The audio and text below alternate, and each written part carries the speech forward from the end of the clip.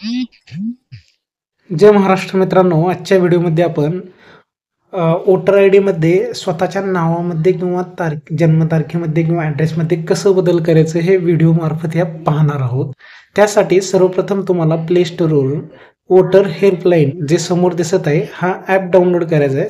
त्यानंतर तुम्हाला app download केल्यानंतर होम ओपन करायचं. ओपन केल्यानंतर सर्वात प्रथम इथं जे 3 रेषा दिसत आहेत तुमच्यासमोर इथे क्लिक करून तुम्हाला लॉग इन करून घ्यायचं आहे. माझं ऑलरेडी लॉग इन आहे, त्याच्यामुळे इथं लॉग इन केल्यानंतर तुम्ही असं इंटरफेस येईल. इंटरफेस आल्यानंतर समोर वोटर रजिस्ट्रेशन इथं 1 नंबरचं ऑप्शन आहे, तर इथं तुम्हाला क्लिक करायचं आहे. क्लिक केल्यानंतर इथं तुम्हाला ऑप्शन येतील. लँग्वेज जर बदलायचं असेल तर लँग्वेजसुद्धा तुम्ही जे समोर दिसत आहेत या ऑप्शनमध्ये निवडू शकता. तर आता आपल्याला ॲड्रेसचे नाव चेंज करायचं आहे. त्यासाठी तुम्हाला जर नवीन वोटर आय डी काढायचं असेल, नवीन रजिस्ट्रेशन करायचं असेल तर फॉर्म नंबर 6 दिसत आहे त्याच्यावरती क्लिक करून काढू शकता. डिलीट करायचं आहे म्हणजे जर तुमचे 2 ओळखपत्र असतील तर त्याच्यापैकी एक डिलीट करायचं असेल परमनंटली तर डिलिटेशन म्हणजे 7 नंबरचा जो फॉर्म आहे त्याच्यावरती क्लिक करायचं आहे. आणि 8 नंबरचा आहे तो म्हणजे मायग्रेशन किंवा करेक्शन किंवा इपिक रिप्लेसमेंट किंवा PWD मार्किंग.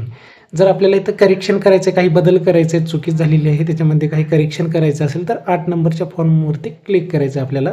इथं क्लिक केल्यानंतर आता इथं तुम्हाला ऑप्शन येतील परत माय नेम इज वोटर मित्रा, म्हणजे तुमचं ऑलरेडी वोटर कार्ड असेल तर इथं काय करायची गरज नाही. लेट स्टार्टवरती क्लिक करा. त्यानंतर इथं तुम्हाला 2 ऑप्शन दिसेल. जर तुमच्याजवळ वोटर आय डी नंबर असेल तर येस करा, नसेल तर नो ऑप्शन करू शकता. आता माझ्याकडे आहे त्याच्यामुळं 1 नंबरच्या ऑप्शनवरती क्लिक केलेलं आहे. त्यानंतर नेक्स्ट या ऑप्शनवरती क्लिक करायचं आहे आणि इथं ज्या आय डीमध्ये तुम्हाला बदल करायचा आहे तो आय डी वोटरचा नंबर टाकून घ्यायचा आणि राज्य निवडून फेच डिटेल्स यावरती क्लिक करायचं आहे. तुमची संपूर्ण डिटेल्स येईल. ज्या नंबर टाकलेला मी त्या नंबरमार्फत तिथं तुम्हाला संपूर्ण डिटेल्स दिसेल. कुणाच्या नावावरती मतदान कार्ड आहे, त्याचा ॲड्रेस, नंबर वगैरे सर्व इथं पोलिंग स्टेशन मतदान केंद्रसुद्धा दिसणार आहे. त्यानंतर नेक्स्ट या ऑप्शनवरती क्लिक करायचं आपल्याला. तुमच्या मतदान कार्डवर जसे तुमचे सेम इन्फॉर्मेशन आहे हे इथं तुम्हाला दिसून जाईल. जे चुकीचे आहे तुम्हाला ते इथं दिसून जाईल. त्यानंतर तुम्हाला इथं आधार नंबर, जे तुमचा आधार नंबर आहे ॲप्लिकेंटचं ज्याचा अर्ज आपण चेंज करणार आहात नाव, त्याचा आधार नंबर आणि मोबाईल नंबर इथं टाकून घ्या. हे एक नवीन अपडेट झालेलं आहे. आणि नेक्स्ट ऑप्शनवरती क्लिक केल्यानंतर तुम्हाला इथं आता ऑप्शन येतील. तुम्हाला नेमकं ॲप्लिकेशन कशामध्ये बदल करायचा आहे तर इथं 2 नंबरचं ऑप्शन आपल्याला निवडायचं, कारण आपल्याला नाव चेंज करायचं आहे. त्याच्यामुळे correction of entries in existing electoral roll याच्यावरती क्लिक केल्यानंतर तुम्हाला ते इथं ऑप्शन येतील. तुम्हाला काय काय चेंज करायचं आहे इथं तर तुम्ही बघू शकता. इथं मला 2 नावं चेंज करायचे आहेत. एक नेम आणि रिलेशन नेम, म्हणजे ॲप्लिकंटचं नाव आणि त्याच्या संबंधिताचं नाव चेंज करायचं मला. त्याच्यामुळे मी हे 2 ऑप्शन सिलेक्ट करत आहे. मोबाईल नंबर तर ॲटोमॅटिकली ॲड केलं जाणारच आहे. त्यामुळं इथं तुम्ही बघू शकता फोटो ॲड करता येईल, तुम्हाला चेंज करता येईल. त्यासोबतच मोबाईल नंबर ॲड करता येणार आहे, ॲड्रेसमध्ये बदल करता येणार आहे.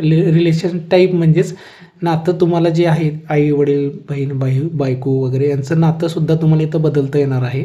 जेंडर सिलेक्ट करता येणार आहे. नाव मला आता 2 चेंज करायचे त्याच्यामुळे 2 सिलेक्ट केलेले आहे. तुम्हाला जेवढे चेंज करायचे तेवढे सिलेक्ट करून तुम्ही फॉर्म भरू शकता आणि त्यानंतर नेक्स्टवरती क्लिक करणार आहे. इथं बघू शकता आता ऑप्शन इनेबल झालेला आहे नाव टाकण्यासाठी. तर तुम्हाला जो करेक्ट नाव टाकायचं तो इथं तुम्हाला व्यवस्थितरित्या टाकून घ्यायचं आहे. त्यानंतर तेच नाव तुम्हाला मराठीमध्ये खाली व्यवस्थितरित्या भरून घ्यायचं आहे इथं. आणि सोबतच तुम्हाला सरनेम जर टाकायचं असेल तर टाकून घ्या, नाहीतर इथं तुम्ही जे नाव आहे इथं पूर्ण नाव टाकून घ्या. खाली मराठीमध्ये येऊन जाईल ॲटोमॅटिकली. आणि नेम ऑफ रिलेटिव्ह हे सुद्धा मी चेंज करण्यासाठी टाकलेलं आहे, त्याच्यामुळे हे सुद्धा व्यवस्थितरित्या एकाच कॉलममध्ये व्यवस्थितरित्या करून घ्या. खाली तुम्हाला ऑप्शनल आहेत, काही भरायची गरज नाही. आणि सोबतच तुम्हाला प्रूफ करायचं, नाव चेंज केलेलं प्रूफ जोडायचं. जर तुम्ही ओळखपत्रामध्ये बदल करत आहात तर आधार कार्ड जोडायचं आहे. तर आधार कार्ड जोडायचं आहे आणि अपलोड करायचं आहे. इथं तुम्हाला दाखवतो कसं करायचं ते अपलोड. तर इथं बघू शकता तुम्ही अगोदर नाव वगैरे चेंज करून घ्या आणि नंतर तुम्हाला लगेच इथं अपलोडचं ऑप्शन येईल. अपलोडचं ऑप्शनवरती इथं क्लिक केल्यानंतर तुम्हाला गॅलरीमध्ये जाऊन तुम्हाला जो फोटो तुम्ही दिलेला इथं त्याच्यापैकी सिलेक्ट करून इमेज सिलेक्ट करू शकता आणि इथं अपलोड करायचं आहे आणि नेक्स्ट ऑप्शनवरती क्लिक करायचं आहे आपल्याला. फोटो अपलोड केल्यानंतर व्यवस्थितरित्या इथं तुम्हाला आहे ना नेक्स्ट ऑप्शनवरती क्लिक करायचं आहे. केल्यानंतर तुम्ही बघू शकता सर्व स्टेप कंप्लीट झालेले आहेत. आता 2 राहिलेले आहेत, तुम्ही बघू शकता ब्ल्यू लाईनमध्ये.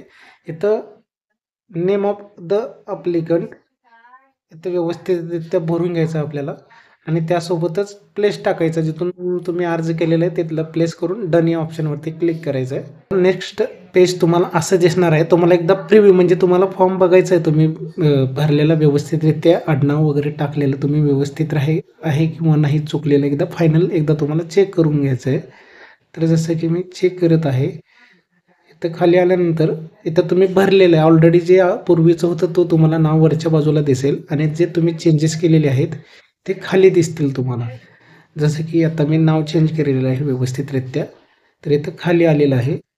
त्यासोबतच तुम्हाला फोटो टाकलेला सुद्धा दिसणार आहे कुठला टाकलेला आहे तुम्ही अपलोड केलेला आणि तारीखसुद्धा दिसणार आहे आणि कन्फर्म या ऑप्शनवरती क्लिक करायचं आहे सर्व पाहून घेतल्यानंतर आणि अशा प्रकारे तुमचं युअर रेफरन्स आय डी म्हणजेच तुमचा रेफरन्स आय डी जनरेट झालेला आहे आणि हा आय डीचा तुम्हाला स्क्रीनशॉट काढून ठेवायचा म्हणजे भविष्यात तुम्हाला कामाला येणार आहे हे.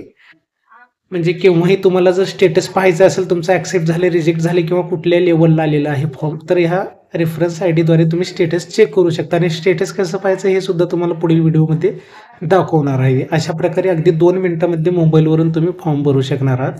आता हे थोडंसं जास्त झालेलं आहे व्हिडिओ कारण मी तुम्हाला स्टेप बाय स्टेप सांगत होतो त्याच्यामुळं. तर अशा प्रकारे एकदम सोपी पद्धत आहे फॉर्म भरण्याची. जर माहिती आवडलेली असेल तर चॅनलला लाईक आणि सबस्क्राईब करा. धन्यवाद.